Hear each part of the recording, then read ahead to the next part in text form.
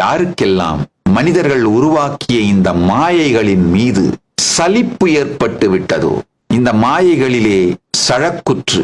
மாணிக்கவாசக பெருமான் சொல்ற மாதிரி புல்லாகி பூடாய் புழுவாய் மரமாகி பல்விருகமாகி பறவையாய் பாம்பாகி கல்லாய் மனிதராய் பேயாய் கனங்களாய் வல்லசுரராகி முனிவராய் தேவராய் இந்த பல பிறவிகள் எடுத்து எடுத்து நாம் அழிந்து கொண்டிருக்கின்றோங்கிற சலிப்பு வந்தாலும்,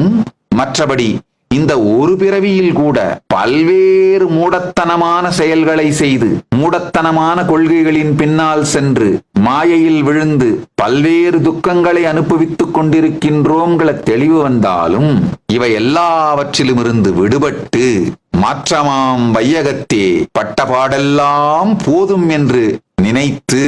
ஜீவன் முக்த வாழ்க்கை வாழ வேண்டும் என்று முடிவெடுக்கின்ற உங்கள் எல்லோருக்கும் ஒரு ஆனந்தமயமான